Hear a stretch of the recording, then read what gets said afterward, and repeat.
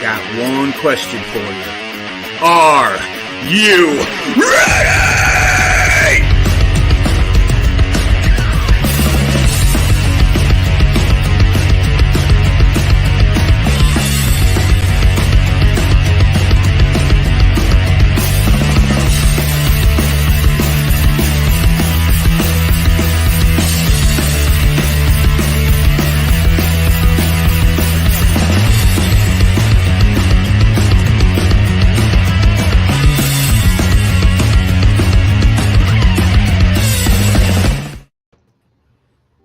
What is going on? What is going on? We're gonna move some people around. We got the guest always on the bottom. What's going on? Oh, let's Hey, go. Guess who we have on the house? We got Anemia in house tonight. I am so excited to talk to these folks. Another amazing metal band, and I'm down. Let's. How are you guys doing? How's the weather? We're doing great. The weather's Doing great. actually, it's really nice. It's kind of stupid hot in Pennsylvania recently, but It is. It is. Cooling down. Nice. Yeah. All the humidity. It'll be like 78 outside, but it feels like 90 because it's just so much from all the rain from the night before. Yep. But hey, we're here. We're living. Yeah. How are you doing, Chef? How's the weather out there, man? About the same. Usually in the 90s, 93 or 94. Humidish a little bit. I wish it was a little bit more dry. That way it'd be more withstandable, but it's up there too. And how's it over there?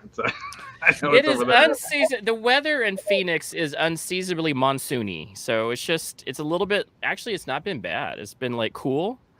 Today was a little hot, but it's that muggy monsoon season for Arizona. So we're getting a little bit of rain, which is really nice for, nice for backyard gardens. Not good for flash floods.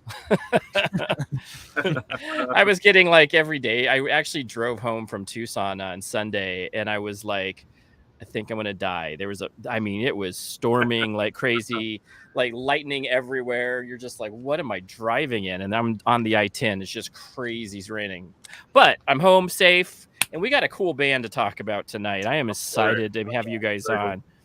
So, food is always our first beginning. So I know the guys. We usually ask the guests, but I don't think you didn't bring anything. That's okay. It's okay. We can talk about food, though. But we're going to talk about, but what we're going to ask right now, since you didn't bring anything, what is your favorite dessert coming out of Pennsylvania? Man, that's a hard one, honestly. It's a tie for me between two things. It's just chocolate peanut butter cake. Chocolate cake with peanut butter frosting. It's just so good. Or they do this festival down in I think it's Middletown or something like that, but it's a mock version of Christkindl from Germany, and they always have fresh made like apple pastries from there, and oh my god, they're so good. Nice. So that's probably my tie between two favorite stuff. For me, I would say definitely either pumpkin roll or peanut butter pie. Yes, easy. Oh, peanut butter pie. That's unique. Good. Pumpkin roll I've had. Those are pretty good.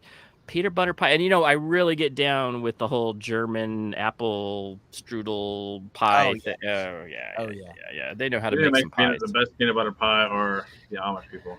That's exactly. In Sarasota, and we have a big Amish community in Sarasota, and oh my god, that's like they put something else in there that it's highly addictive, and it's amazing.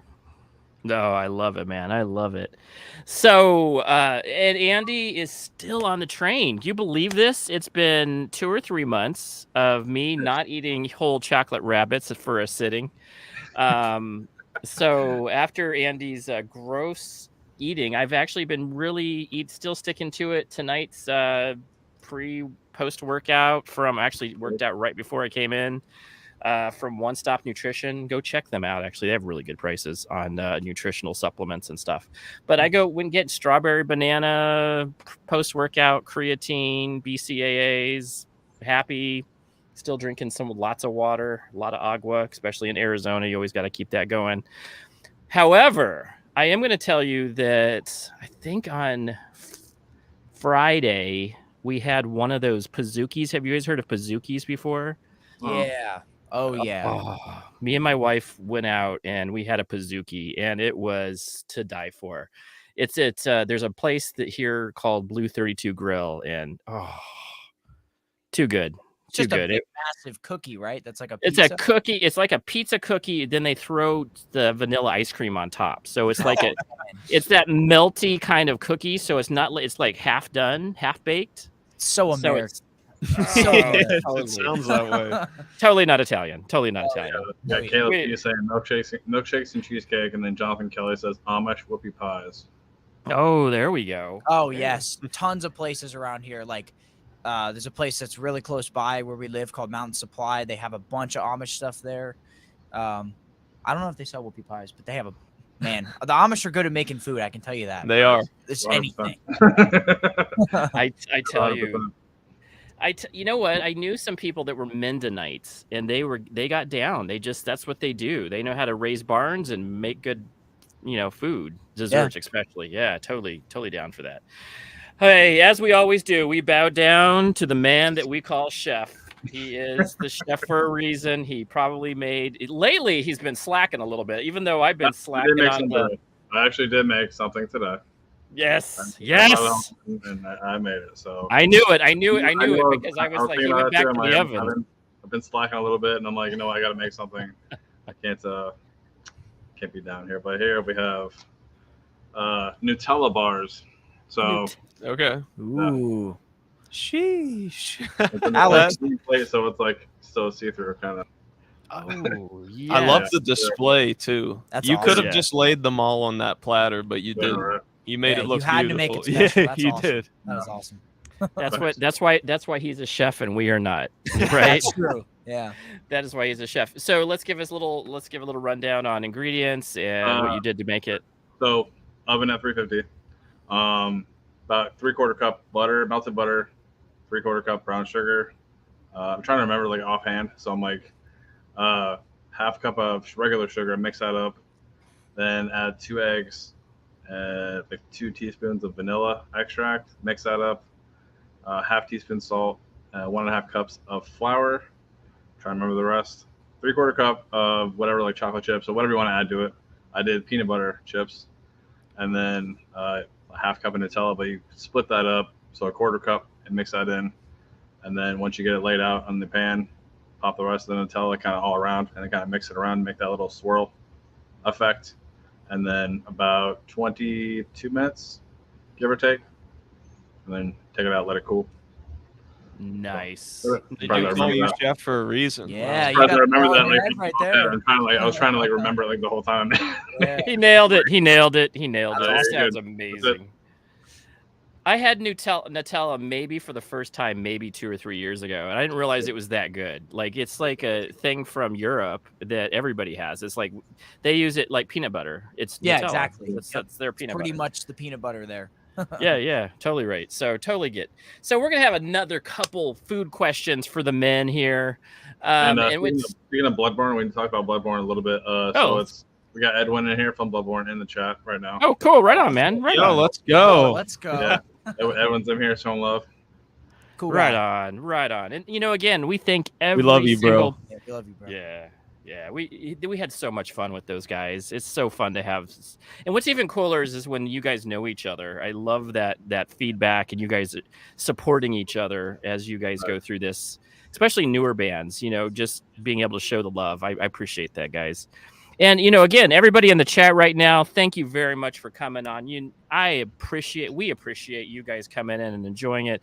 We are going nowhere but up. We've had amazing feedback lately, so we're just enjoying the heck out of that. So, a couple questions. So, when you guys are going out on the road, what is it that you guys are going to go eat? Where are you going to go out and get? Are you going to go to Denny's? Are you going to go hang out at Waffle House? Where are you going out? Where's your have to go on the road food restaurant? Are we talking like nice meals or quick meals? Let me tell you that last week we talked about Quick Mart for about 40 minutes. Yeah. She was girl like pro at like Quick Mart. Like she knew she the knew owner the of it. Like she knew the guy by name. Like his birthday, his whatever. I remember Quentin and I went. I think it was to see Gojira, and it was Gojira Knocked Loose, Alien Weaponry. I don't know if you guys ever heard of them. They're really good. They're from New Zealand, but we. A few times now we've gone to concerts and stuff, and for some reason we always just keep going back to Burger King for a Whopper because That's true. on the road it's, it just it's hits. essential. It does. Don't know why, but like if we were to actually like do a world tour, like a month tour of like different places, definitely would try to check out local restaurants because like I feel like you want to get a taste of the you know what I'm trying to say. The culture, the yeah. culture, Yeah, the town, yeah. of the area. I So. get totally down with that, and that's cool. That's really cool. I appreciate Jonathan Kelly did say BK, so Yeah, it's better than McDonald's stuff. I mean, I will have to say yes. Big plus. I did have something at. Do you guys have? I think it's not Carl's Jr. It's something else on your. Hardee's? guys'- Yeah, we have Hardee's. Hardee's. yeah, Oh, that is some good. they're we top had. tier too. Yep. They are for a fast food restaurant. We had. Caden had. So my son had some Jurassic burger thing. It has like rib meat or something in it. He goes, "This is the best burger I've ever had at a fast food place." Oh wow. I got a chicken sandwich. I just go get like because of the Andy's sticking to his diet. He really is. If we're gonna go to Yeah. fast food, I get the chick. I try to get a grilled chicken. Let's go. So yeah, it's trying to lose that weight. But so he got this monster burger. He's like, "This is the best burger I've ever eaten in my life, Dad." But you know that's what 13-year-olds always say about every piece of food that they're gonna get. That's This is the best. yeah, exactly. Everything's the best. I had the best monster burger too. So anyway, but that's what I kind of like about some of these fast food places is that they're kind of becoming more diverse. I appreciate that. So MBK is one of those ones too. They're trying to do some different things. I love their, and also it's consistent when you're out on the road, which is what you guys are looking for. Yeah. There is something at McDonald's. I'm sorry, I don't mean to interrupt, but okay, go ahead. Breakfast burritos at McDonald's. That's the only thing. It's worth going for that. Yeah. You put the sauce they give you on it, it's perfect. Or Oh, steak, yeah. egg, and cheese bagels. Top tier. Those are good too, yeah. See, the problem is I live in the Southwest, and if you're gonna get a breakfast burrito, you got to go to a local place here because it's like, yeah. People but I don't do like hot food up here. People do not like hot food. Oh yeah. They're more sandwich people, or It's just I don't even know. Like my mom thinks that your basic like ground pepper is hot. So that's true. That's Pennsylvanian people. You could say that they just don't like any sort of spice. Yeah. They like unseasoned food. Yeah. Yeah. I feel you. Like I used to live in England, and they put cucumbers on their pizza. So yeah, That's interesting. That's special. Yeah. yeah. We did talk about last week where it was a cheese on apple pie. So that was like I don't know. My sister puts applesauce on chicken tenders, and that is weird. That is very odd. Yeah. My brother has put ketchup on pancakes, and not just once, like multiple times. I don't know. Every time he does it, I can't even look at it. There was this kid I went to school with. He would take a piece of the high school pizza, and he would take all the condiments that were free. So he'd have like mayonnaise, ketchup, hot sauce, whatever else, and he would just put it on the pizza, and it looked like someone threw up on it. Oh, Absolutely horrendous. Yeah. That I'll is tell you something what, else. Something about that breakfast pizza in the morning, though, just was so good. Every time. The Now we're on sausage school breakfast- lunch. Well, yeah, but like the stuff was actually good. Like for a school that has a graduating class of like 40, the lunch is actually decent in there. It's not too bad. Yeah, because I guess you're not feeding like 400 people. So it's 440. So Yeah. That's crazy. But then there's other schools that have like practically restaurants in the school as like the school lunches, which is like, crazy. When you go to inner cities, that's like I live in. They had Taco Bell at my daughter's at Chandler High School. They had a Taco Bell, so yeah, that's cool. Yeah, they had they got food. Yeah, it was crazy there. It was. We had Gallagher's milk and Red Baron pizza. Yeah, there you go. There you go. Now, where are you guys at in Pennsylvania? What city? Harrisburg, like a good 30 minutes out of Harrisburg. Yep. It seems a lot of you guys are right out of that area. Yeah, nice. That's pretty cool, and that's a cool place. Harrisburg is really beautiful. I've been there once upon a time, so very cool. And Depends I think on where you're at. It depends Yeah. on where you're at. Yeah. It's definitely like since the virus, it's actually gotten a lot better, in my opinion. Like you have there's 2 like decent music venues there now, which is cool. so nice. Yeah. And there's some colleges like putting on live shows, so now people are actually coming in, and it's sort of becoming a college town too. So you have more traffic coming in, and all the state workers come in. So it's getting a lot of like economic value now, and it makes me really happy because since it's the closest city to us and we go to it the most. Like it was kind of a wasteland before, but now it's not. So it's really nice. Yeah. Cool. Okay, I'm gonna go with my last question on food, and then we'll move to music. Right before you go on stage, what are you guys eating? You know those caffeine bars? that right there. I don't know what they're called, but the caffeine like granola bars. Energy drink for me. Doesn't matter what it is. I need something to get me pumped up. This boy's drinking those all day though. So that's yeah, well, nothing you new. know, I mean, sugar or not, I don't care. I'll drink 1 or 2 or 3, 4. That's crazy. I have one of those, and I become cornholio. I'm just And it's funny too, jazzed up. Even before you could say I got addicted to them, I would have one and I didn't really feel it that much. And I was like, is there something wrong with me? Like I should be like bouncing off the walls. But then like I'd be halfway into the second one and then it hits me. I'm like, oh, okay. And then I wonder if that's just tolerance of the first one. So now you have to and then like 2 is not going to work. And then so now you have to have 3. Yeah. It's just going to get worse. Yeah, no, I'm looking to drink zero sugar stuff. You know, you got to try to stay on top of your health. And, you know, That's right. Well, you guys are young. You guys can have that. When I was your age, I didn't have to worry about my weight. I just eat I look at food now, and I gain that. Well, if I eat whole bunnies, that does help. That does hurt my health, but there you go. It does hurt. It does hurt it. But I will tell you this: that we're going to switch over to music a little bit, and I will say that I was pleasantly surprised with what you guys are producing music wise. Thanks. Yeah, I you know what? I really dig metal, but I love the fact that you guys threw an acoustic track into it as well. It was different than the original. So that is always, good to see, especially when you guys understand the difference between the instruments. Acoustic instruments are not, you can't just use them like you would an electric. Yeah. So, like during the recording process for this song, fun fact about that, it took us, we did it in one night. We did it like 6 hours. We did the whole thing. Did. And when you're doing acoustic stuff, there's a lot more layering that's involved because you have the acoustic guitar, then you have obviously the bass, but then you have the orchestra parts. And what was even cool was like towards the end of the song, and then in that bridge part with the finger picking, we have electric guitar as well. Just because we thought we might go back to the roots of the original a bit, but then we also wrote the little melody parts in there, and like it was cool to add on to the original song. Yes. And like really experiment with it and have fun. We were talking off camera with these guys, and I was saying that when we went into it, we didn't want to just recreate the exact same song and play it the same, but make it acoustic. Yep.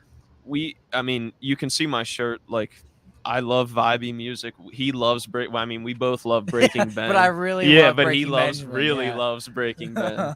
So we love like the beautiful aspect of music too. And when we went into that, like the chorus it's very it's not uplifting, but it's also not sad. Yeah. Either really, it's kind of in the middle. It's almost like healing. Yeah. In a way, I would say. You connect with it. Yeah. So when we went into it, we didn't want to just recreate the same song. Mm-hmm. We wanted to mess with it a little bit. Like I was telling these guys in the bridge, you can hear that we did a little finger picking part with some ambience, and just the whole song kind of has a different feel. The drumming is way more laid back than the original.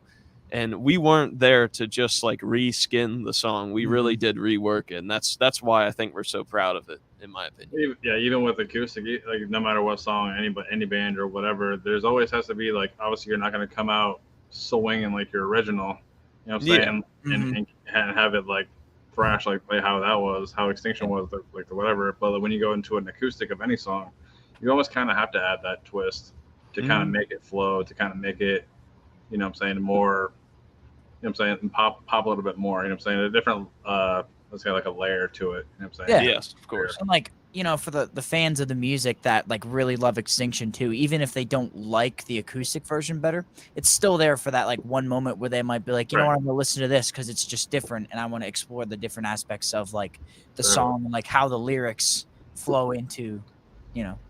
It's also our first dive into vibey music too, and I think that's the fact that we did that so early on is kind of important It was in a awesome. way, Yeah. because I mean you have a lot of bands that go like years without really trying to pull out their beautiful side, I guess. And I mean that's something like our music tastes are the same but also different. He's Yeah. very melodic, which I love too, but I'm definitely more primal than he is. So when we like go into writing stuff, you can kind of tell what I've introduced and what he's introduced to Yep. the songs. You can definitely hear the difference. Especially in Poseidon's Eye, Yes. you can very much tell because Yeah. there's a chorus that I pretty much had laid out, but then Quentin wrote the heavy riff that's in the verse, and it just flows so well with me having the aggressive vocals there too. And it's sort of the same way in Extinction too. Like Darren actually came with that song pretty much laid out entirely, and it was just missing something. And then I don't remember how it actually came about, but like I was helping him. We were like tossing the guitar back and forth, and then we ended up writing that really two-steppy riff that kind of like binds everything together, and then it comes back in the bridge, and that riff is really important to kind of glue the song together. And then the breakdown. Yeah, and then the breakdown, which so I definitely had my hand in that too, and then obviously like I produce everything we do, so all the background stuff. Like, so one really cool thing about the original version of Extinction that we kind of did bring back just in a different way is in the last chorus there's an organ, because I love organs. I grew up on like 70s music, so hearing that like really distorted organ is sick, and it's in there just enough to where it adds something, and we brought that back in the acoustic version, but in an orchestral sense instead of the organ. It sounds awesome. It does sound awesome. I noticed that too. Yeah. Very cool. Very cool. James, what do you got for us, man? I know that you always have some good thoughts. Where do you guys record at? Like, do you guys have your own spot, or you guys record Right here. Right here. Right here. What's like is it like a certain spot, or is it your place, or is it somebody's? Yeah, it's my place. Okay. My room to be exact. Yep. We Nice. just record everything in here on this very computer. Yep. Literally Nice. right here. Where we're Yep. sitting. This exact same spot. Back there and everything. I love that. You know, that to me that is so cool, because that's where like Billie Eilish came from. Some of these people that you can just do that now. You don't have to have professionals. Though professionals, you know, down the road when you guys are doing some more stuff will help you out. But I love that grass movement of folks being able to just produce their own music in their home, enjoy it, learn how to mix, because mixing is an art. It's And hard. see if Yeah, it's I've very tried hard. sometimes. Like there'll be parts where I like come in and like, you know, kind of like try to help. Like when we do the little bit of pitch correction that we have to do, because like obviously people are perfect. Like I'll try to help him figure that out and things like that. But there's at some points where he's just like, I have an idea, and then he just starts doing stuff, and I'm just like, I don't know what to do here, because I mean, like, he just took over and did it. my mixing background is he knows, like, I've been in friend group bands since I was really young, and we always produce really bad demos, but we would just put stuff together. Him and I actually, we'll get into this later when we start talking about the song specifically, but him and I were making stuff years ago, and we were in like middle school. So I mean, I'm no pro audio tech, but I mean, with the resources I have, I mean, we try our best. Oh, yeah. You know, Definitely. And what are you guys using for software? I use Logic Pro. Logic Pro. Cool. As Yeah, I've far heard- as I mean, I don't know if you want me to go in depth as plugins, but I'd love to. I'd love Yeah, to geek go ahead. out. Tell us. Geek out a Bring it little down. bit. Geek out a little Bring bit. it Bring down. it down. Yeah. Okay. So I don't even know where to start, honestly. I guess we can start with guitar tones. We use the Misha Mansour suite. which gets all our guitar stuff, and then we use Bass Forge for our bass tones, except I didn't use Bass Forge for the acoustic extinction. I used some IRs that I actually made a long time ago with the Impulse Response app on Apple, and it just kind of worked with the song, so that was cool. It was nice to use my own impulse response in a song because I never expected to do that, so that was neat. And Joey Sturgis stuff is kind of what I try and stick to. Like, I love gain reduction for vocals. This isn't out, but we have a little intro tape that we're going to use for our up and coming songs. I don't know if you guys saw the whole Trey Xavier thing that we put out on our story. We can talk about that later, but anyways, he kind of trashed on the music on a live stream, and we bit it together and put like a rap beat over it, and that's how we're going to open up our set. And I used gain reduction to get the bass really gainy and kind of like jokish. But like I said, we'll talk about that later. That's awesome. I mean, other than that, honestly, stock Apple plugins, like I love Apple's Reverb plugin. It works so well. The stock, I use Isotope stuff for mastering, and I also, for the Extinction Acoustic, I used Waves Abbey Road, and that was like the coolest thing I've ever used, honestly. Yeah. So cool. Getting to work on like an emulation of the actual Abbey Road mastering unit was the coolest thing. That's the craziest part about this whole thing is that, like, you know, we work on a lot of it's done on the computer. Like, unfortunately for us, because we don't have the money or the equipment to record drums, we had to program. But we did a really good job, I think, because nobody that we've ever come across that's listened to our music was like, oh yeah, those drums are programmed, or oh, they're running off of plugins, they're not using real amp. You know what I mean? Like, people aren't that picky about it, and that's what's great is that what we do use is like sounds really good. Like yeah, what it is. Yeah. We don't like time align anything. Oh, yeah. We try and keep it legit. Like, I would consider us like alt metalcore, but we try and keep it old school at the same time. Yep. And that's kind of that. I think in our case, that kind of keeps it unique in a way. Yep. Which is nice. I do pick up what you're talking about, and I think that's the one thing that I really enjoyed was that that it's not so hard that you're like, oh my goodness, I can't, unless you're not. But I like it's a harder rock, but you don't have to be like, I have to be a metalhead to listen to this. Yeah, right? Exactly. Like, it's heavy, but it's also really accessible. Mm-hmm. Which I is think so. The kind of stuff we kind of wanted to write to begin with, because like I said, we love Breaking Ben and Deftones and all that type of stuff. So we love a good chorus, and we love beautiful music. So if we can mix the heavy with the beautiful, we will. And it was cool because when we started releasing, like showing family and friends like the demo versions of the stuff before the EP came out, a lot of some of the people I showed like really weren't into the music. Like one of his friends like wasn't really, but after we showed him, he's like, yeah, I don't really listen to that, but that stuff's good. Like, I could listen to that. And that's kind of what we wanted to do was get attention to people that don't listen to the music, because I feel like a lot of the fan bases of modern metal are like really picky, and like they only like a certain thing. So, like maybe you want to appeal to people to get them into the music, and give them aspects that kind of catch. So don't go too heavy, get a whole, like, yeah. I mean, we say don't go too heavy, but then there's also the curtain call. But I know. I enjoyed that though. I mean, I really did, and that's the riffs were really good on that one. Thank you. It takes you so out of like off guard. You guys want to hear the story? I don't want to just make this my show. Like I feel bad. It is your show. It is your show.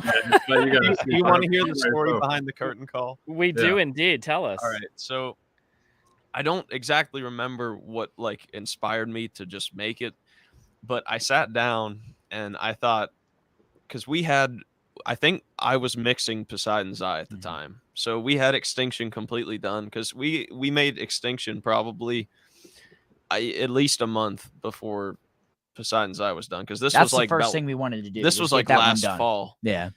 And I thought, well, we need another track, because we wanted to put out an EP. And I was my lazy self, I'll be completely honest, I was like, do we really need to record a whole other song? So I started screwing around with the piano, and I made the little piano intro, just like walking up the piano. And I played, I want to say it was like, I think it ends on middle C, and I just played a C. I don't remember, but anyways, I made the intro part, and I was like, wouldn't it be just sick if there was a breakdown to start the whole thing off? And then I made the whole thing in like an hour, and I sent it to the guys as a joke, and they were kind of down with it. And now we open shows with it, and it's great. I heard honestly. that and I was like, man, that is actually like so cool. Like that needs to be the opener to the EP. It's so awesome.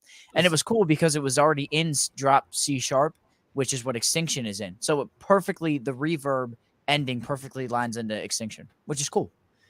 So Yeah, the curtain call, like, because it starts off here, like, it almost kind of tricks the listener, like, oh, this is nice. And then all of a sudden, it's just Yeah. smacks you in the face. Yep. And it's perfect. What is he says something. What is this he says? I just love that. I was like, Give maybe it to we me, could man. Yeah, he's Yeah, like, all right, give it to me, man. And didn't you say you found that off of like an audio recording somewhere in your files? We or were whatever? recording Extinction, and the reason you can hear like all the background noise, because I had to turn the gain up a lot on the mic to actually get me to be able to hear that, because I wasn't near where he was recording in the back. And I was listening to one of Darren's vocal takes I was about to delete, and I heard myself say, give it to me, man. So I just saved the file. And then when we made that intro, I was like, that's where it goes. It was meant to be. I was like, that was one of the cool. I was like, we should do something like that. We kind of have it with our buddy Ben, but I was like, that's a great intro. It is totally a great intro to a song. I'm just like, give it to me, man. Play that bad boy. And you're just like, and then that killer riff just comes in, and you're just like, yeah, that's exactly what you wanted to hear. And It's I a great love way to open the show. Yeah. It gets people moving the second you start. Yeah, that's the what I first show love we about played, it. we were so surprised because the second we played the breakdown part, everybody just went nuts in the pit. It was great. Yeah, that's good. That is good. You know what? That's what's now. Where have you toured at so far? One show in my house. Yep. We played. So we used to play in much higher tunings than we do now. We used to do like Metallica stuff. So like E standard, D standard, or like C#. Yeah, like faster stuff. Yeah, yeah.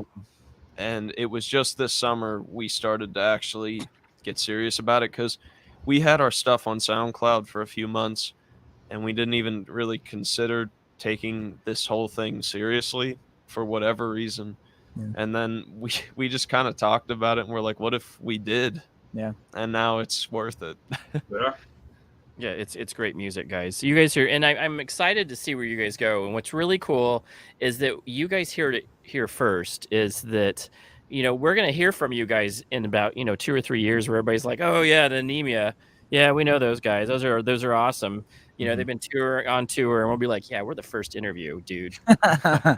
Exactly. That's how it's been like since for a lot of these like people that we've had on. And we've been fortunate enough to have some good acts on. I mean, really good acts. Like Bloodborne. When I first heard them, I was like, "What?" Like when I heard Drown, I'm like, "Oh my god!" Like this is like their start, and to see where they're gonna be. You know what I'm saying? Great metal bands, and you know what? Pennsylvania. I have a cousin who they had a big metal show there for a long time. I guess they don't have it anymore, but. He was like, metal is like in the East. Like there's a lot of great metal bands up in that Northeast area. I mean, we know them just because we really we knew a guy from the West Coast who showed up with Chaos guitars. He said, hey, you guys need to interview Dave. And then because we've met Dave, we met all of these amazing metal bands out of the Northeast, Pennsylvania area. And we're like, what the heck what are they eating there? I mean, apparently they're eating Girl Scouts. Pennsylvania, there's nothing else to do here, so you get angry at a young age. Yeah, there's so exactly many. What it is. There's so many good bands that have come out of PA. Absolutely so. And I'm like, they must be punching Girl Scouts, eating Girl Scouts, something there. They're just like there's some anger. There's some anger built up and ready to be played. I love it. It's those killer riffs, man. I'll tell you that. I love killer riffs. Again, what I really liked was the ability to play cool riffs. You guys are going, you're shooting down, so you're not. I don't think you guys are playing 7 strings. Are you guys playing 7 string? I don't think you guys are. I think you guys are playing No, 6. right You're just now- tuning it down to C, right? Yeah, everything off the EP is in drop C and B, and then Extinction Acoustic. Actually, no, it's in drop C sharp and B, Yeah. and then Extinction Acoustic is in drop C. But actually, recently we've been playing, and all of our covers have been in drop A, other than C. So yeah, like Drop we're A sharp. Actually, A sorry. sharp, yep. Yeah. That's crazy. so yeah, our sets start with C and then with A sharp. So That's lot of motionless and so light. dark. I mean, wow. A sharp. all- It's a great tuning. That's actually what Yeah. Bloodborne's song "Drown" is in as well. It's just Okay. such a magical tuning. I don't know. It's just there's something like you said, dark about it. Something that's just like different. Just like C. Yeah. C is also, even though it's not the heaviest sounding tuning, there's so many good heavy songs that were written Yeah. with it. Agreed. It's nice because we actually tune our songs down live. Like we play The Curtain Call a half step down and drop C, and we play Extinction a half step down, drop C. We actually wish we recorded it in C because we like think it it sounds more. better now. And we do the same thing with Poseidon's Eye. We play, instead of B, we tune it down half a step and play it in A sharp with all the motionless and white stuff and Yeah. all that stuff we play. So That's awesome. I mean, I still think Poseidon's Eye sounds better in B, but we did A sharp just because me and our I guess he's the lead guitarist. yeah. Caleb, we only have like 2 guitars to switch through, and we don't want to tune, so we'll just do it in A sharp since the Yeah. rest of the set's in A sharp. It's just as well. convenient. Yeah, but it's So I'm going to throw this out there for people who are not guitar people. So you may not know what maybe they're talking about. Normally what they're talking about is relegated to a 7 string, which is, you can do those drop, there's not even a drop at that point. That's what the tuning is. Mhm. However, most are set in E. This is standard tuning, is E, A, the E is the last. To drop it that far down, they are dropping it it's like 9 or 10 half steps yeah. to And there's get bands to, like, to get to that very big, bassy, beautiful sound that brings out that really dark, those dark notes that help really metal kind of forge itself. And that's what I really like about what you guys are doing.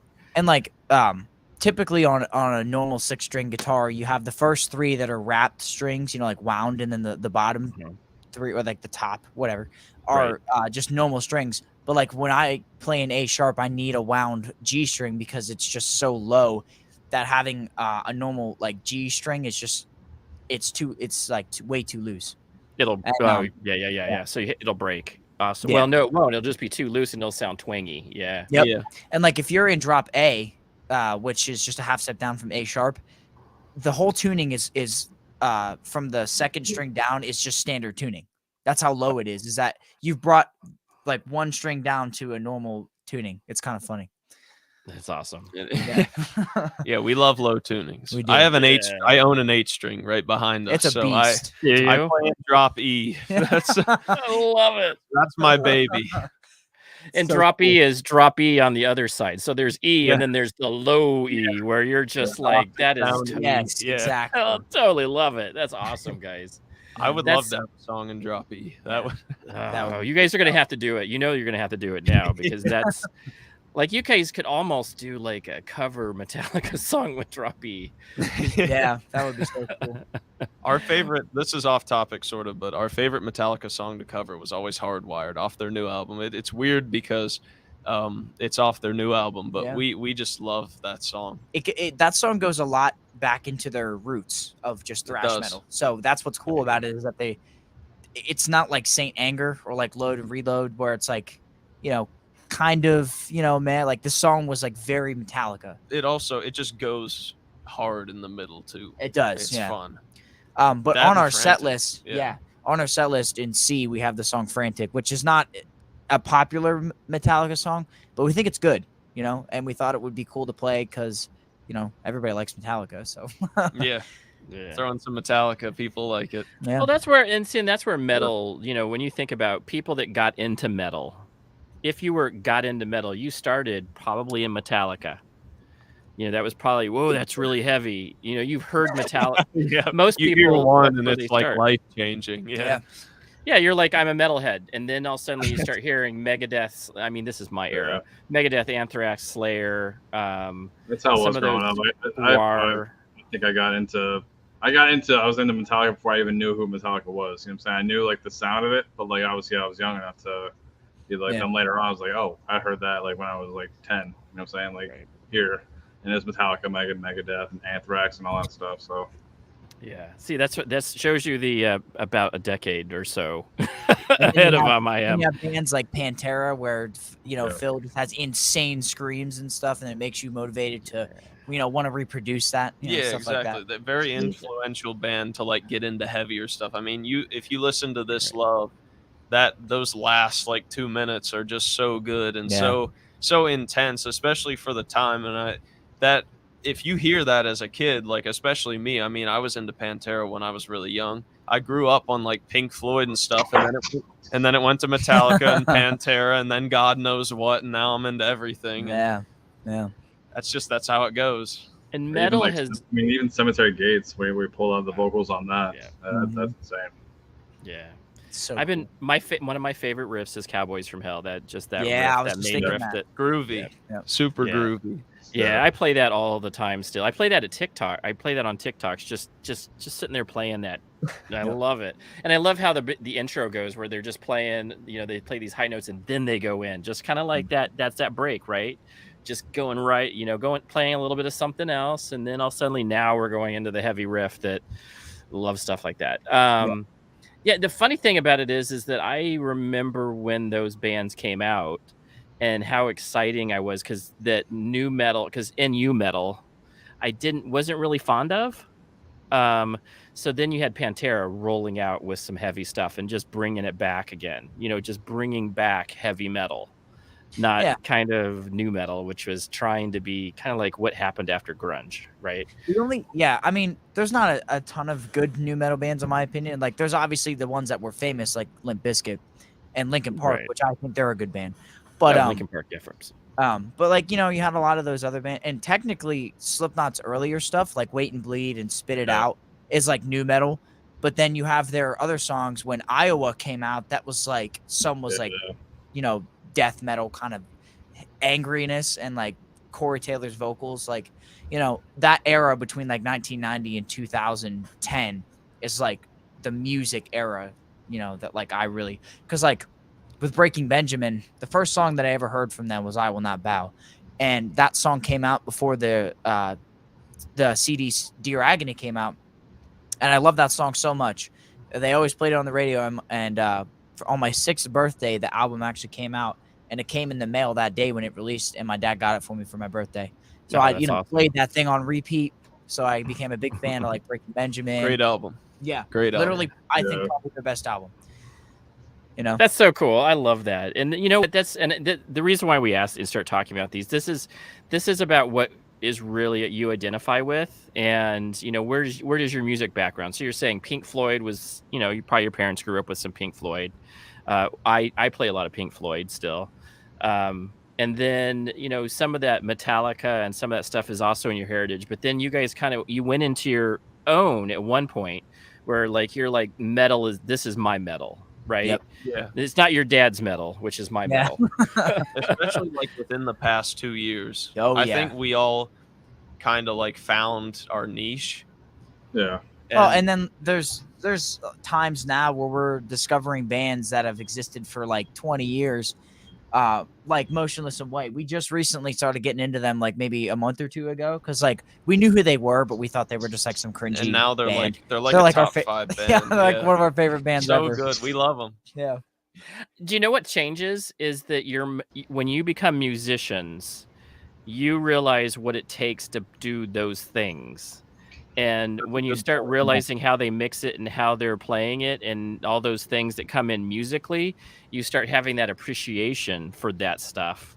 And then it starts becoming more connecting with you. And that's what I've realized over time. Like Pink Floyd, I was like, that's my mom. My mom listened to a lot of Pink Floyd. I liked it. I used to listen to the Dark Side of the Moon album all the time with my mom. But I was like, let me play my 80s 80s rock. Now I'm like, these guys are masters. These guys were, They honestly are. I don't listen to them much anymore, but their music is just outstanding to this day. Yep. Yeah. It does stand the test of time. Yeah. And there's a lot of bands that, like Pantera is another one of those bands.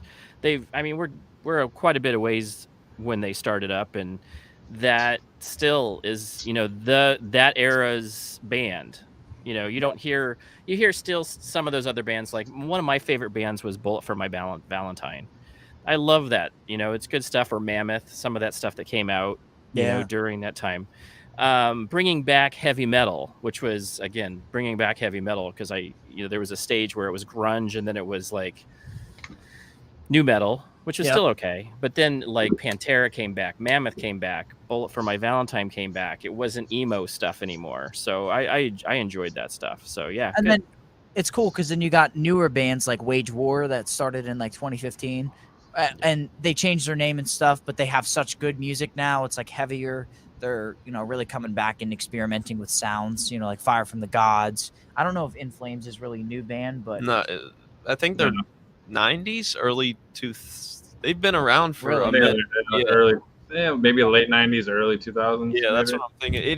There's honestly, like, it's always fun finding good music. Obviously, when you're a musician, you want to find good music and listen to it. But when you find, especially for us, I mean, it's cool to find a band that you can look at and think, okay, so when I'm 40, this is going to be the band that was like the band when I was a kid. Yeah.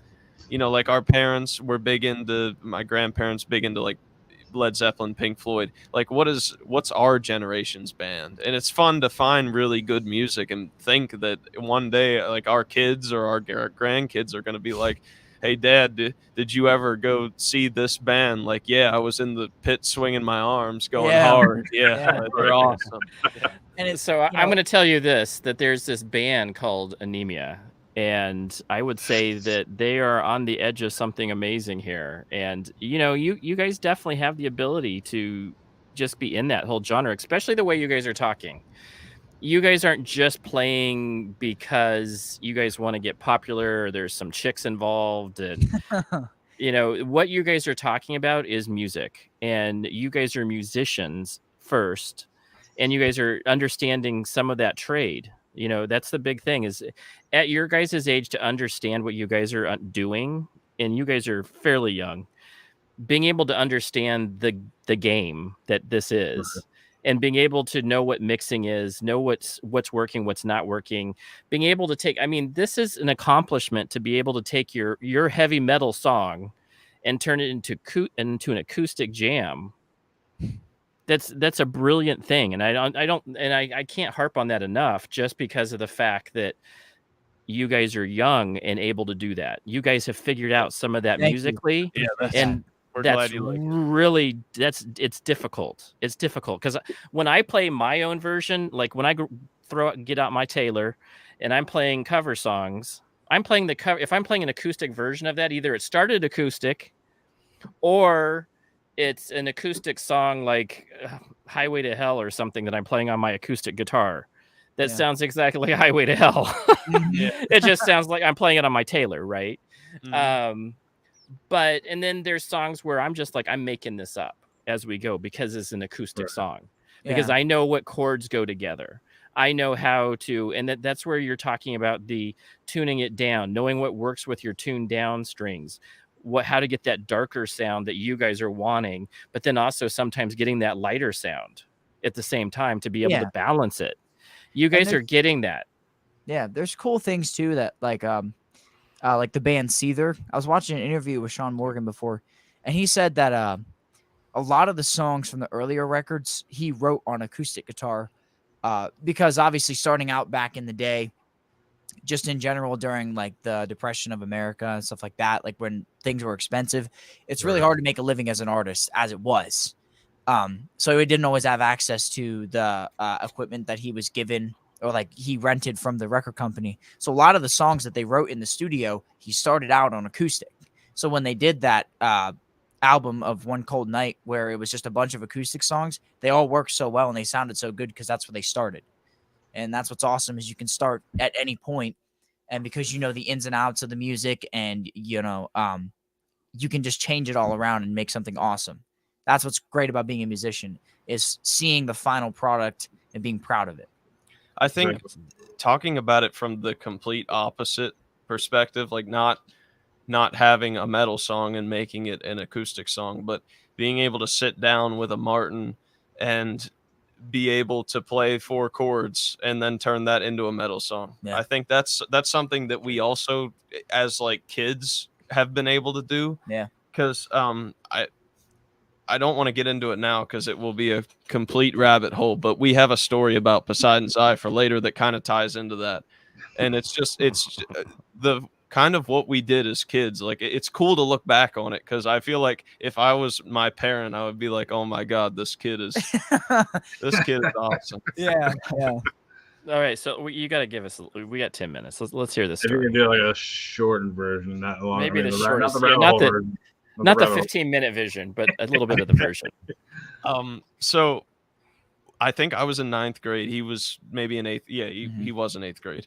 And we were in my old bedroom, and we were writing Poseidon's Eye, essentially. And I had my laptop, and we made like this little demo version of what was Poseidon's Eye. And we even called it that back then, which is the funny thing. Yeah. And we had it written out, and it was like the soul of the song now was there, which is the super cool part. I wrote the breakdown back in the day, and I mean, we look back on it, and it was kind of cringy, but it was cool at the same time. And then when we started to make music, like, he brought Poseidon's Eye here and whatnot, and I thought, well, what if we resurrected Poseidon's Eye, because he remembered that we had done it and we couldn't find the file, so It was gone. yeah, it was literally gone. Wow. So I'm like singing the intro to him, and he's trying to figure out the chords on the guitar for the intro. Yeah. And we, like, in a couple hours, we kind of rediscovered the song, and we were piecing it together in Logic, and it just was not working. Like, he had the original riff sounded identical to Before I Forget by Slipknot. Yeah. So we had to It was change that insane. up, or there was going to be like legal issues, Yeah. because it was almost spot on, and the bounce feel was there and everything. And we were sitting there, and we recreated something we did in middle school like 5 years ago, and it's so we did it. insane. It was crazy because we did it on like a $200 Ibanez Geo, and I brought my PRS cab that we threw a blanket over because we were trying to get it to record right, trying to figure out the ins and outs of how to record music. And then the solo is actually, for the most part, improvised. I kind of vaguely remembered how to play it, and then I kind of changed it up a bit when we did the final version. But the original solo, like the structure of it was like all improvised when we wrote the song. So that was cool. That is cool. And that means that you guys, this is the interesting thing. So people are always like, Jimi Hendrix, amazing guitarist, right? He never played the same song twice. Yeah. People don't realize he didn't know theory, and learning it and being able to do what sounds good. He was able to do that and improvise all the time, which is cool that you guys were able to find that. You guys remembered what you did, and then remembered that it sounded like Slipknot too much. Yeah. Changed up the main riff. Yeah. You guys were like, hey, this is identical to Slipknot, so let's go change it up. But you guys identified that musically, which is what musicians do. They're able to put their own spin on something and change it up, even if they're, Slipknot is definitely one of those ones that I look up to those people, and you can play similar riffs and be fine, but it's a musician that knows when to change it up to say, hey, I have this thought that is similar to Slipknot's riff, but let's change it up so it sounds different and makes it our own. Right. It was just so cool too, because like I said, after we after we revisited the idea and kind of rebuilt the song again, it like quickly became the most favorite song that we wrote. Yeah, we're ungodly proud of that song. It's probably We our love favorite one on the EP. Yeah, That's cool. That's cool. Yeah, it was just awesome. And it's like, it was the first moment that we had just, taken the music flow that we just had, that was just ready to, go out there. And then we just did that. And then it was awesome. We thought I think it was when you even sent it to me, because like I know I was messaging you about like getting the promo song or whatever, and I'm like, because usually I don't add vocals to like the song. I mean, to like the promo, but like this one was like, I'm gonna add the whole thing. I think it's just the way it was. I'm like, I'm just gonna add the whole thing because it sounded great. Like I'm like, this works with like the promo. I'm like, this works really good. I And usually I thought so just go with an instrumental. You know what I'm saying? That's why I'm like, oh, do an instrumental if you have one or whatever. But this is just like which I might consider later on down the road, more people doing it, you know, if or adding vocals to it at the promo. But I think this one was like the first one I think I added vocals to, which because it sounded great like with it. So awesome. We actually, when we rediscovered the song and we're kind of piecing it together, the only thing that we needed to make was that because the song, the main riff actually wasn't working right. Yeah. It works great as an intro, and then we did that little progressive thing where there's like a quick little run, and it's just the way the song is so weird, but the way it comes together is why we literally love it. Because I feel like if you took those pieces and you said put them together, like it wouldn't work, but it just does for whatever reason. Yep. No, it's well done, guys. And this is, I love what you guys are doing. Do you know what I really like about it is I know that you guys are younger than my kids actually, and I love the fact that you guys are so motivated to do this. I do have one. My last kid is still, he's like 13, and I cannot get the kid to play bass. Like I'm like, I bought you. He has a stand-up bass. He plays an orchestra. He's okay at it. That's awesome. So yeah, he's one of those people that I said, if you're gonna play bass, you're gonna lose stand-up bass, and then you convert it to electric guitar and be a bass guitarist. And because then he'll be able to play real bass. He knows all the fundamentals behind what really, he's not just going to be doing follow lines for the guitar part. So, those typical, like, it sounds exactly like the main, it's the main riff, but it's in the bass and it's one note at a time, and it's really not a lot of fills or anything. Yeah. Yep. So I said, you can get the music down, and then you can go with the bass, even though, it's, and there are so many good bassists out there, and it's a hard job to go. It's hard to find a good bassist out in the world. Because bass it's a supporting role, but a lot of people just kind of sweep it under the rug and just match it with guitar. But like when we were Poseidon's Eye, the last chorus at the end has this cool little like bass line in it that we thought was awesome.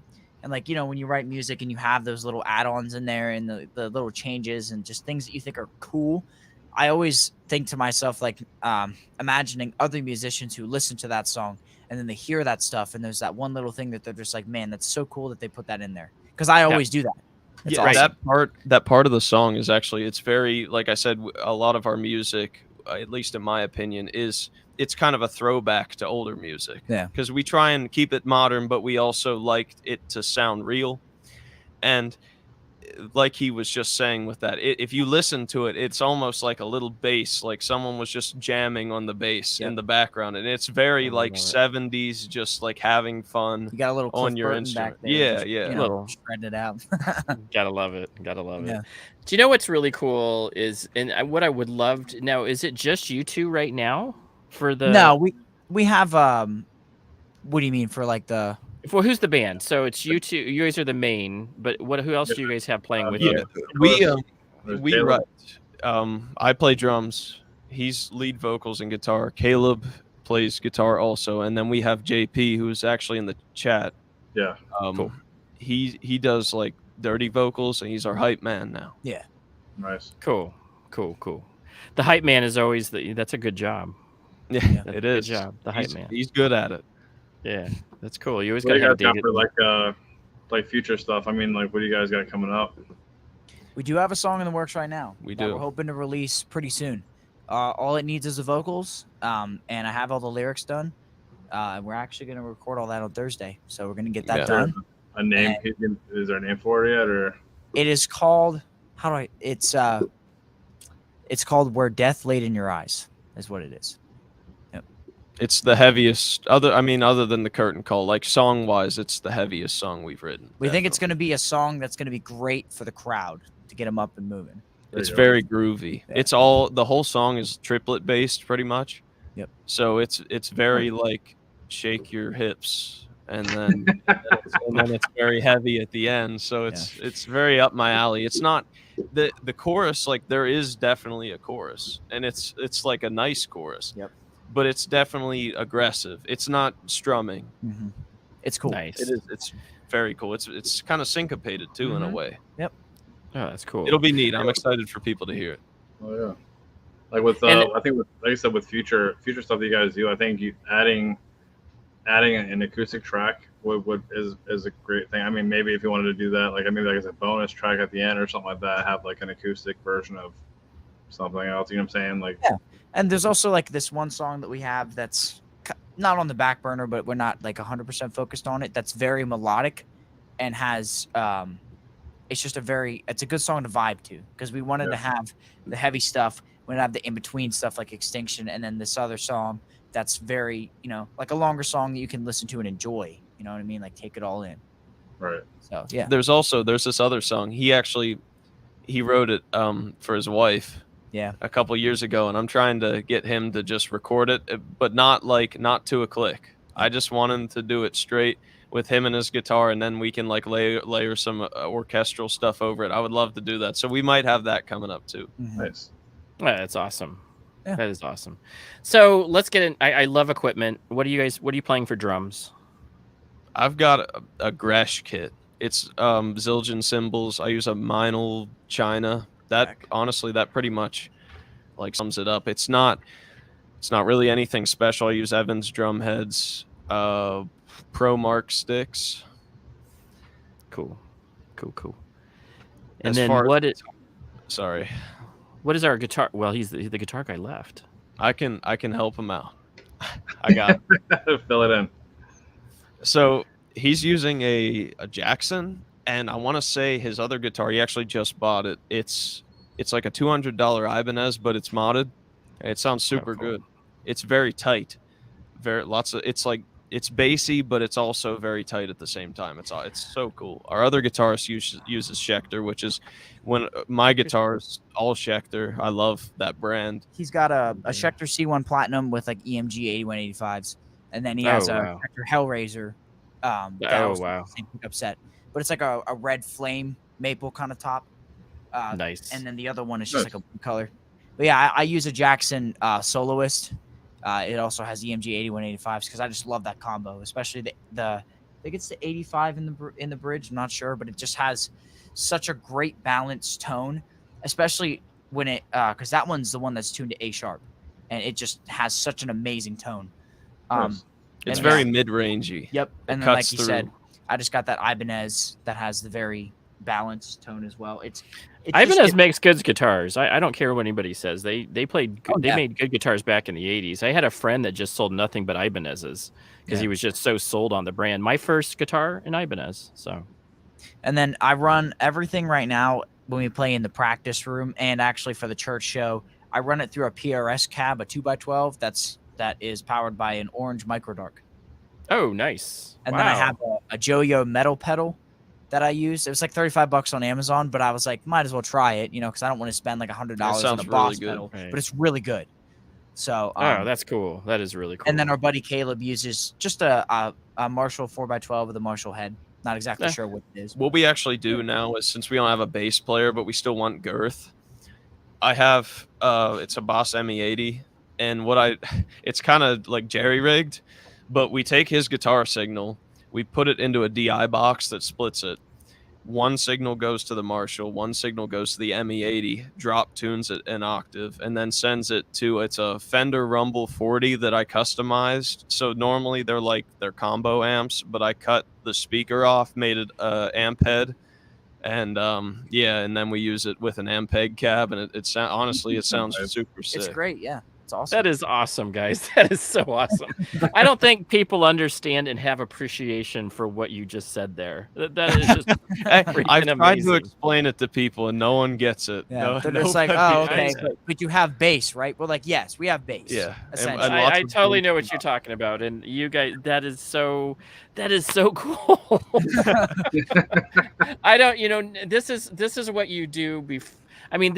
I am now at a place in life where I can go buy myself a new Marshall head, and I can go buy those $2,000 things, right? Yeah. I'm older. I don't have much. I'm that old guitarist guy that just goes and buys $3,000 Les Pauls. I'm that guy now. But when you are not that guy, when you are the younger guy who has an Ibanez that your parents bought you for Christmas one year, and you need an amp, this is what you do to go make music. You go and get, like, I had a Park amp that you mic'd, and that's what you did. You use what you had to be able to make it. And then for you guys need that bass. Yeah. That definitely adds that extra bass, that bass sound, which is what you're looking for, is that boom. That boom that you're getting out of that, and especially you guys have it. You guys are already drop tuning it, so that bass is already there. Yep. So why as well utilize it in a octave down? You guys are, that's awesome. It's actually really creative. Yeah. Something we dabbled in. Well, I dabbled in recently was I love, like, I'm a big hardcore guy too, along with the beautiful music. So like bass drops, that's in my blood. Yep. And I went on Guitar Center's used forum, and they had a Alesis sample pad 4, and I was like, I need to. So I got that, and now we have bass drops in the set, and I love awesome. it. It's so awesome. Yep. That is cool. That is really cool. And you know what? That's the cool thing about used. You guys are probably frequent at Reverb friends as well. I've bought so much stuff on Reverb, even now, like stuff that like I just needed. I don't really care whether it's it's good quality, and I have never gone bad. I've never gone Also, wrong with Facebook something from Marketplace, Reverb. too, Yeah. has good stuff. Facebook Marketplace. Oh, okay. That's where I got my Ibanez from. It's a $250 bass guitar because it's a Geo, but then he added locking tuners to it. He added a new bridge, and he put a different set of pickups in it. So the guitar is actually worth like $500, and I got it for $200. So it's like, there you go. it's a steal, Can't go wrong with that. So Yeah, that's where I got my telly. I got this like souped up axle, like China telly that actually was made by Fender in like 2015 or 2016. They don't make it anymore because we stopped trade with China, and Axel kind of went out of business. But this thing's like a double humbucker, has a Telecaster pickup, has a Strat pickup, has the double humbucker that you can turn into a P90. Oh, that's and cool. It has like a 5-way switch on it that you can go between. It's a really cool telly. That is cool. And it's like a monster telly. And you're like, I got this thing from Facebook. My wife found it. She's like, I thought you liked guitars. Here's a guitar for you. And I'm just like, where did you find this thing? Yeah. I heard you like guitars. I'd like to buy you this guitar. That's like my wife. She's always saying about how she wants to get me a guitar. And she's always saying like, well, I don't know how I would do that, because if I get you a guitar that you don't like, I'm like, I don't care. I like guitars. Like, I'll find a use for it. I'll use it. I don't care, Yeah. Absolutely. Ways to modify it. So I mean, it's exactly still usable. Yep. The only thing that I will have to, this is the one thing that I found also, that you can go to, even if you get kind of a bad guitar that has really bad action, you just go pay $60 to the guy down the street at the music, in a Luther. Yeah. And this guy upgrades it, does some different stuff, changes the action on it, tilts the stock, We have a next guy stock. around here like that. He's freaking crazy dude. Yeah. Yeah. Shout out to Woodshed. He got his guitar there. Fantastic. I got my guitar there. He does, like, he fixes them up. Yep. He's a unit. Carlisle, PA. Yeah. Well, that's what Chaos Guitar. So Chaos Guitar Day, that dude just, if you go, I don't know if you guys follow him on IG or Facebook, the dude's like, he gets like busted up guitar. Here's busted up guitar. Some guy didn't even have like the bridge on it anymore. It's like, what did this guy do? Yeah. So it's like, it's all busted up. He goes and fixes them up and makes them look nice. I had a Epiphone that he just souped the heck out of it. It was just like I think an Epiphone special. Like, cheapy little, probably a $200 guitar. I said, hey, dude, my friend's not using this. See what you can do with this thing. I have a Gibson. I have a Les Paul, but I want to see what you do with this. And he souped it up, and it's one of my favorite playing guitars. Oh yeah. And then you have bands like Trivium that Matt Heafy actually has his signature guitars as Epiphones, because he said that he prefers the way that those are made versus like Gibsons, which is interesting because like you can do anything with the brand or like the build necessarily doesn't matter. You know, you can put new pickups, possibly a new neck if it's a bolt-on, or even anything newer that you can modify, and you can take a super cheap guitar and make it play like $1,000 guitar. It's awesome. Absolutely. And that's what he did. And that's exactly what he did. And that's why when I think about up and coming, just find your friend who is the guitar repair guy. You find there's always a guy. There's always the Luther out there who's just like, he's like, there's the guy. And I have a guy down the street. I have the guy in Pennsylvania. Unfortunately, he doesn't live down the street. That's the only problem. Chaos Guitar lives pretty far away, and I would love to send like about 4 different guitars to him that I would love to just get, rigged. But this guy I went down the street, he's just a local dude. He's like, you're a musician, I'm going to hook you up for $50. He made my Fender. My mom gave me her Fender, and she says, I hated that Fender. It's a Fender Strat, American Strat out of the 80s. She didn't want to play it. Never played the thing because she did not like the action on it. I go and pay $50. I go, hey, dude, me and my mom don't like playing this guitar. It's a Fender Strat. We love, we want, this is a great guitar. It's worth a lot of money.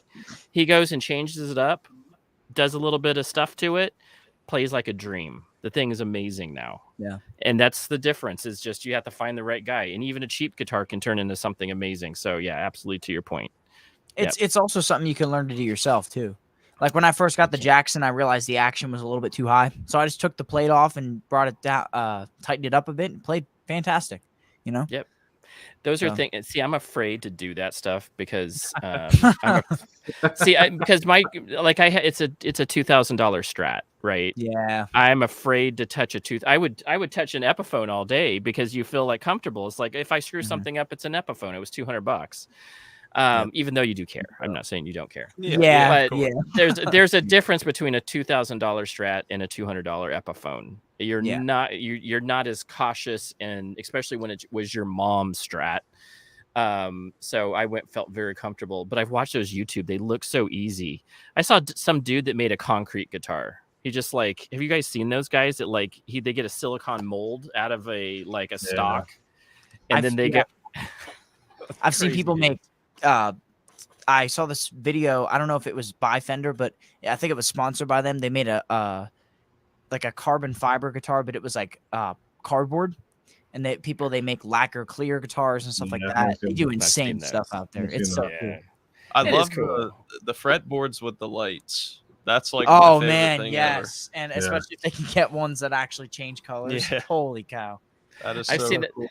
What did Chaos do to that one? He did something with a case. No, he did a glow in the dark paint. Yeah, there's like a glitter glow in the dark kind of like paint, and then when you open the box, it would light up like the case. The case almost had like a disco light, kind of light cool. up things in the case. It was Well, interesting. Sorry, go ahead. No, go ahead. No, you go ahead. Okay. Because I've also seen videos. Because obviously we're all into gear and stuff, so I've seen the hour-long interviews with the guitarist for Slipknot, Jim Root and Mick Thompson, and I saw with Jim Root how all of his he loves all of his signature guitars, but when they would play in super dark venues and he has that mask on, he can't ever see the dots on his frets. So he bought this glow-in-the-dark nail polish and just painted over the dots just to be able to see him and stuff. And you can do cool stuff like that. I just think that stuff's cool. That is really cool. And that's like just modding. It's like customization stuff that things just that makes your life a little bit better. Even like wear and tear that can add to the character. Yeah. Oh yeah. I think for sure, especially when you know that you made that ding doing this. Yeah. Whatever that ding was. I was doing this and I did this crazy lick and then I dropped it and then the ding. I was trying to bring my stuff in the house and I knocked into the corner of the doorway. Really mad at the kid. Yeah. At first it sucks, but then a week later it's cool. Yeah. That's right. Yeah. Well, that's the newest trend is beat up this is a 1960s. That thing looks like it's frail and it's gonna break. Yeah. Yes, but that's what's in now. That whole roughed up looking guitar. People are actually just coming right out of custom guitar shops making those. Those roughed up looks. It's interesting. Vintage. They vintage it.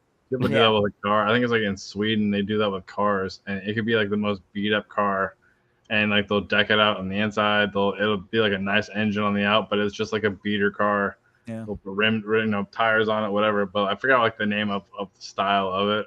But it's almost like a just trashy looking car. It's just like trashy. Yeah, it's trashy. People who like soup up old Honda Civics onto the inside on the engine, and then they race people, and then they just smoke them. It's so awesome.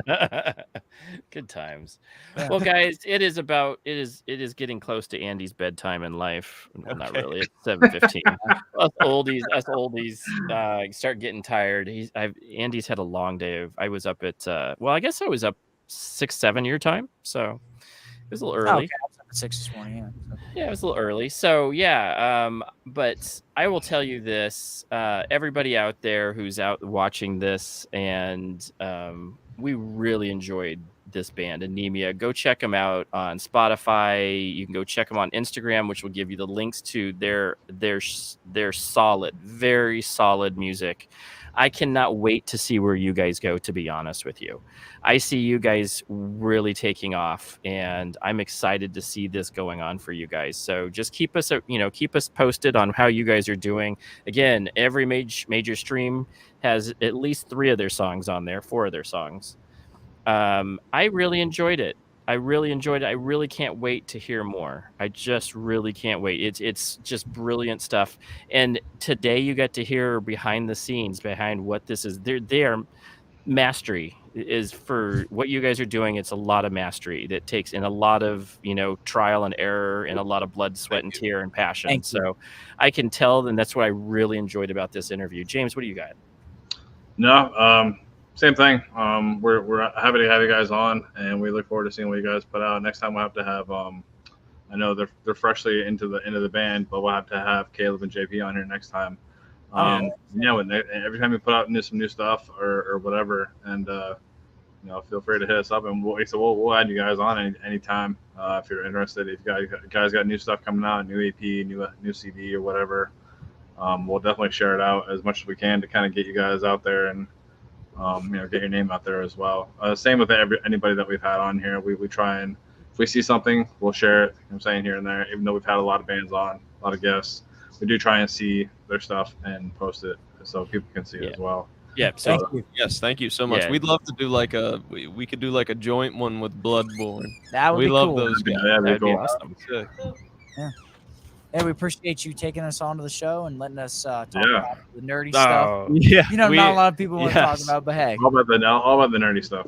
All right. We love it. We love it. This is what we live for, is to hear all the secrets behind the show, behind the songs, behind the band. We enjoy this, and also what they eat. So you guys got a little treat. That's important about. too. I wasn't expecting to share that. But that was cool. Yeah. Here we are. That is what we do. That is what we do. We like to share a little bit of different stuff. That's our fun. That's the fun part, is talk about some food, because everybody loves food. But we also love music, and this stuff that you guys are creating is just really good. So we appreciate you guys coming on. And Davey G in the chat saying the drummer is the best. Yeah, love the you, drummer's JP. the best. Davey G, and he's Davey the best G. at doing rees. That boy. Yes, Next time we come on here, we'll have to have him do some screaming for you. Yes. He's a monster, and he Nice. just started like 2 months ago. He makes like demon noises. Yeah. Guy's a monster. You gotta love that, man. That's what you love about metal, is that you can go as dark as you want, and that's the way it is, right? Yeah. Of course. Yeah. Throw that down into drop A. That's so awesome. He said he's down to go. So whenever. Right Awesome. on. Let's go. Right on, buddy. Right on. JP's blushing. So We'll get to work on that Drop E song for you. Yeah, There you go. Drop E. There we go, guys. We love you guys. We will talk to you guys soon. And It was an again, honor. Thank you. Yeah, totally. Another big Pennsylvania band, folks. We have another one on next week. And again, remember, Carnival of Chaos is just around the corner in Pennsylvania. Go check it out at the church. Awesome. Chaos Guitars is sponsoring that one. They're this big sponsor. We're the small sponsor. So totally get on track with that. What is that? August? I keep forgetting the date. 13th. That's I was like, it's not 13th. 16th. 13th. So that's just around the corner, folks. Go check it out. These guys have even played at the church, or going to play at the church. So They have played before. Yep. So that's really cool. So again, great venue, big monster show coming up. And it is a great venue. I'd like to just say that the church is literally the coolest place ever. What they're doing is awesome. Yeah. That's what I hear. And I know that Hate Machine and Dave and Chaos Guitars are really down and making a huge difference in that area. So I love it. So we will talk to you all soon. All right. James, See you soon. James, what do you got to say? Stay tasty. It was awesome. Yep, we'll see you guys later.